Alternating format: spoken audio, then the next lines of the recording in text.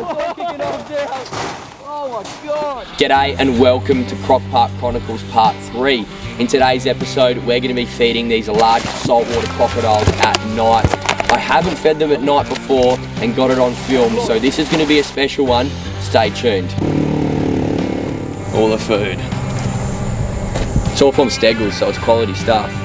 But it's not going into the dino nuggies. It's coming here. Alright, the quad bike is packed with chicken. We're going to head along and start off by throwing some pearl floats.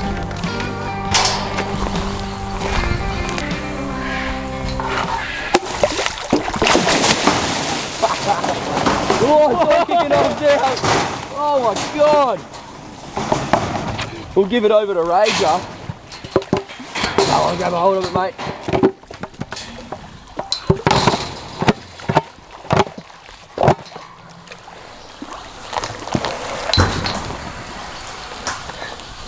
How's that? 0 to 100 pretty quickly.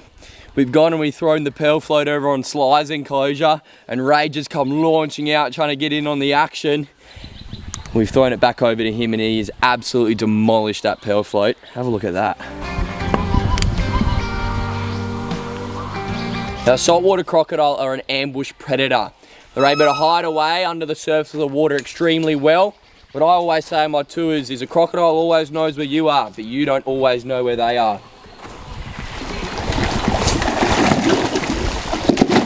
Just like that. You'd have absolutely no idea that there was a 4.2 metre crocodile sitting right under that shallow section of the water on the edge of his pond. Look at Bane. It's launched up extremely quickly and grabbed a hold of that pelt. Bit of a tug of war here. Crocodile usually wins a tug of war between me and him. Although I do occasionally beat him every now and again. Well, we'll let him enjoy that.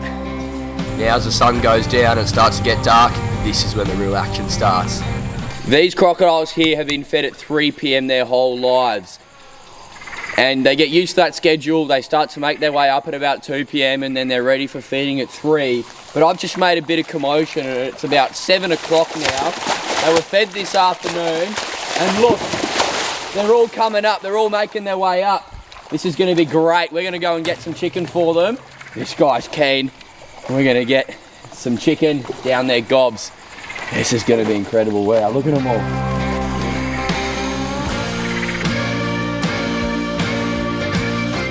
Alright, we got our first bit of chicken here. And a croc sitting down there. Come on! Come on! Come on! Come on! Come on! Oh, he's missed it. That's alright. We'll give it another shot. Come on. How's the pop? Top and the bottom jaw slamming together. Come on. One more try, mate. Come on.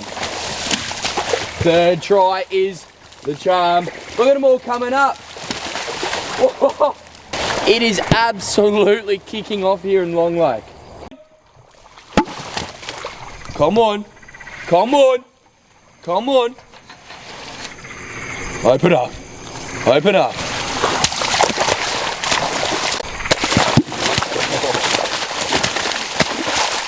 And you got it. Down it goes. Alright, next one, next one.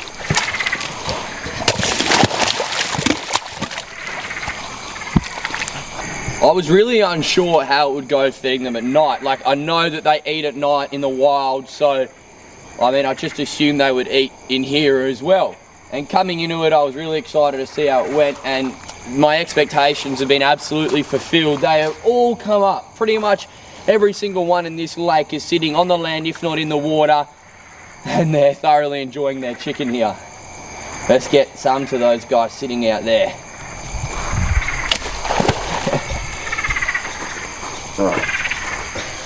They definitely can't see.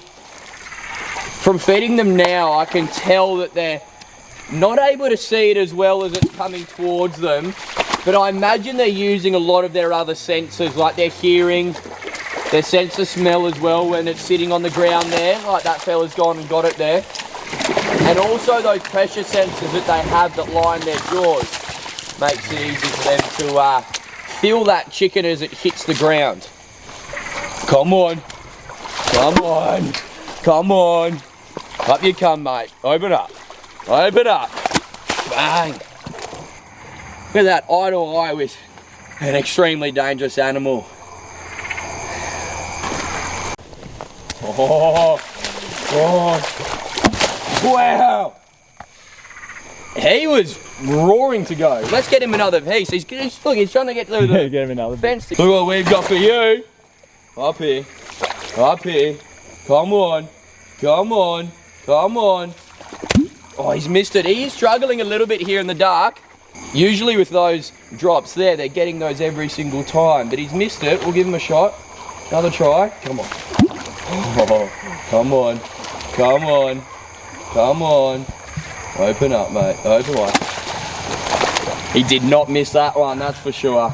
It's quite eerie feeding them at this time of night. Even we were driving around the park and we could hear them moving around, slapping their jaws. And then you pop out, we made a bit of commotion, and it's just opened up into a huge array of some pretty large saltwater crocodiles. Come on, look at this, we'll drop it right next to his jaw. Oh no, his mate's here. Come on, come on. Come on. Oh. Now this guy here, he's got a beautiful bit of real estate. He doesn't have to come far for his chicken. He's got his girlfriend that lives with him out the back there. But he's got a couple scars around his head there, and that's because he has to fight the other crocodiles for this territory. So, just like in the wild, if they want to keep a really good spot of territory, they got to battle for it. Let's give him a bit of chicken. See what I mean? He doesn't have to come far for his food at all. Now his girlfriend out the back there, she laid a nest on that mound of dirt and guinea grass. She laid that in about November. They lay their nests over the wet season, starting from the end of October through to about Easter time, and they can lay anywhere up to the most amount of eggs we've had is 87 eggs in one nest. Wow, these bugs are bad. Let's feed out the rest of this chicken to these guys and head on home. Come on, last piece, buddy. Are you ready? Final bit. Come on. Oh, that was an experience and a half. We are out of chicken, but we're going to be back tomorrow night with some beef, some more chicken. We're going to be feeding some of our wild problem crocodiles. That's going to be good. Tonight on the menu for these big wild saltwater crocodiles is cattle ribs and some legs as well. And I tell you, this was most certainly a job for the recip saw.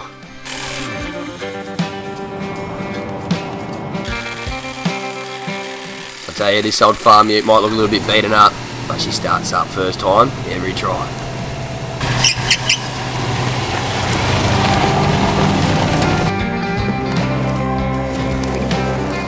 We've got some big bits of beef for these crocs tonight. All right, we are back here for night 2, feeding these saltwater crocodiles at night. We've got a huge set of beef ribs here for Fatso. Let's see how he goes. Come on. Come on. Come on. Oh, he's keen. Come on.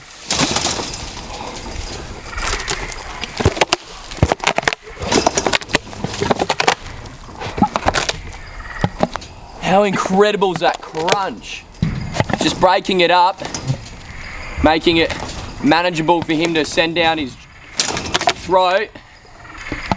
That jaw pressure is absolutely immense. Oh, easily he's crushing those bones up. We had to use a recip saw to cut these up, but not for Fatso.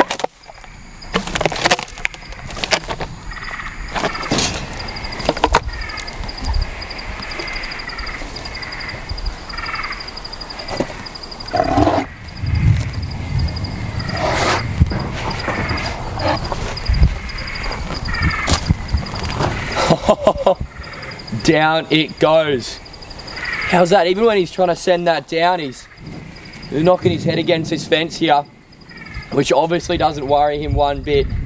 Their skulls are extremely dense. And I just can't believe how easily, every time I feed them, it's just how well they can send that food down. It's just astonishing. Even though I do it all the time, they still amaze me every single day. Let's go and feed some more. Come on! First, It's odd 40 years that we've had some of these crocodiles. Yelling come on as being the signal for feeding. And they know what it means. Come on! Come on! Here's Hammer. Come on, Hammer. Come on.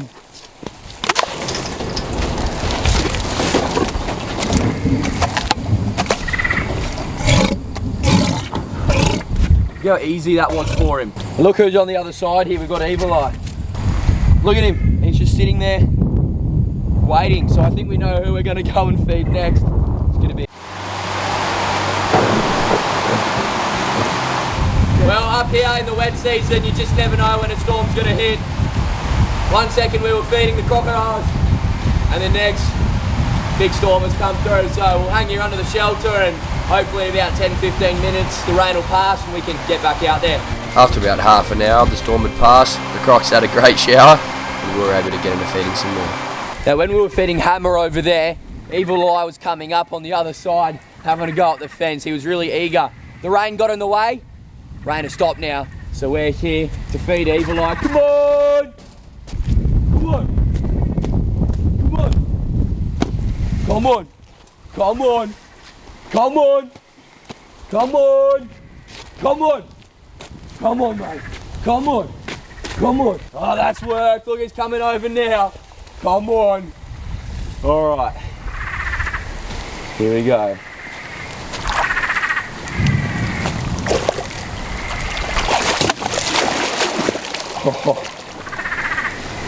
Who's able to propel himself up? There's that big powerful tail of theirs, which is about 1/3 of their total weight. It's all really thick, strong muscle, about roughly half of their total length. You can see that beef is heading on down. So they always have to devour their food outside of the water. And there's the burp of satisfaction as well. And next door to us is Shy. He's waiting. So let's get him the next bit of beef. Yep. We're going to drop this right next to him. You'll see his pressure sensors in full motion as it lands. All right, 3, 2, 1. And he missed it.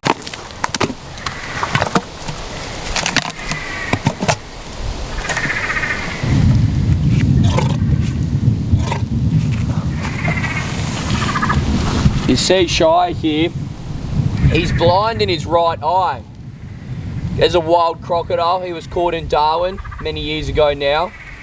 We're not exactly sure how his eye got to that point, whether it was damaged with a fight with another crocodile or just an injury that he sustained along the way, or if he had it since birth and he's only ever had vision in his left eye. But they've got so many other great senses that they don't have to just rely on those eyes. They've got a great sense of smell, got those pressure sensors around their jawline, which is extremely sensitive. They got great hearing, so they can manage to lose one eye. 2, yeah, that's a different story.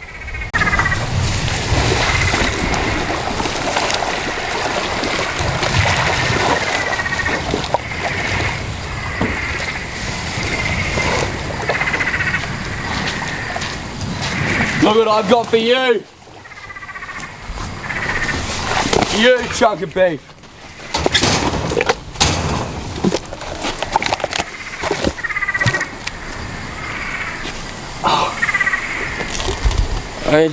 How quickly can they send that down?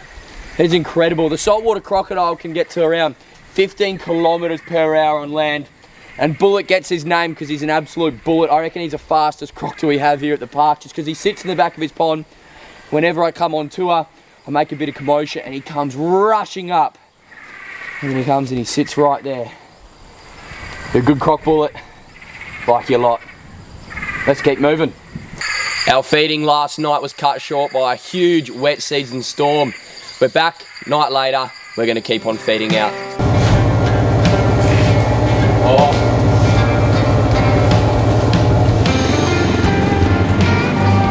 In here we have Guts, and he has got a beautiful enclosure at the back of our park.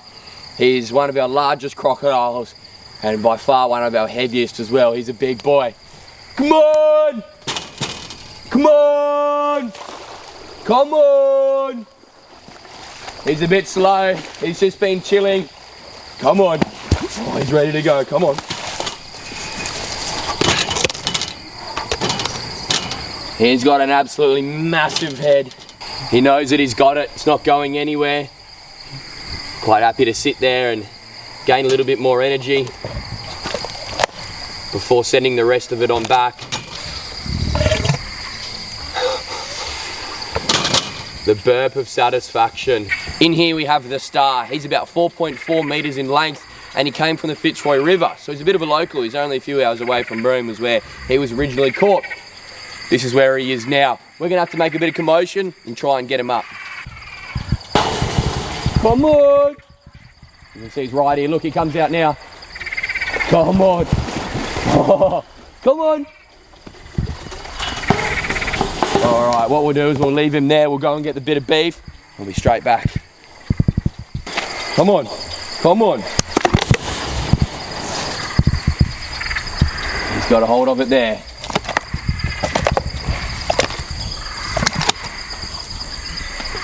It's gonna take him a while to break that up. Probably take a few minutes. They're a funny animal. You know, you come out here to try and film them feeding, but they always get to control what goes on. They're the main reason people come here to the Malcolm Douglas Crocodile Park, is to see these beautiful animals. All my job is to come along with the food, educate people about them, but these guys are the real superstar and they make my job easy. All right, we're gonna leave Star B here. We're gonna go feed a couple more crocodiles, and then what we'll do is we'll come on back and see if he's still sitting there with it in his gob or if you had to set it down. We estimate Zooey to be just under 100 years old, probably around 90. He was caught about 60 years ago in Darwin Harbour for attacking propellers on moving boats. So he was deemed a problem crocodile. He was caught. He was at a wildlife park in Darwin. Then he went down to Perth Zoo for many years, hence the name Zooey. And he was getting a bit old for Perth Zoo down there, getting a bit slow in the colder climate. So he was brought up here to live out the rest of his life. It's essentially like his retirement home. We're going to give him this singular rib here as a bit of a snack before we get him a larger bit of beef. Come on.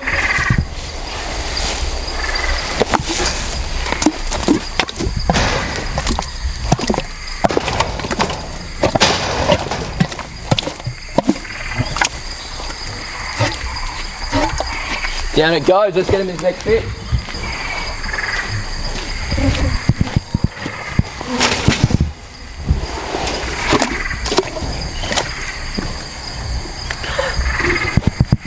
It's gone down the hatch to Zooey, our largest and our oldest and one of our favourite crocs here at the park.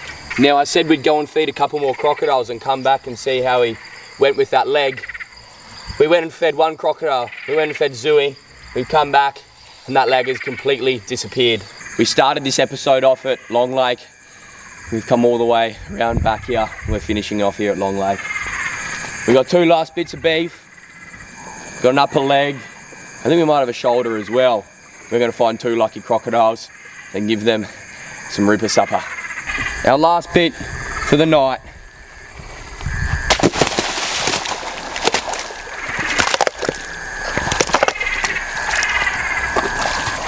Off he goes. He's going to make his way back into his own little territory at the back of the pond, at least somewhere scattered around here, and he's going to thoroughly enjoy that. And there it is, Croc Park Chronicles Part 3. Thank you so much for joining me in this episode where we fed out our incredible saltwater crocodiles. If you want to come and see them, we're open every day except Christmas Day at the Malcolm Douglas Crocodile Park. Can't wait to see you out here.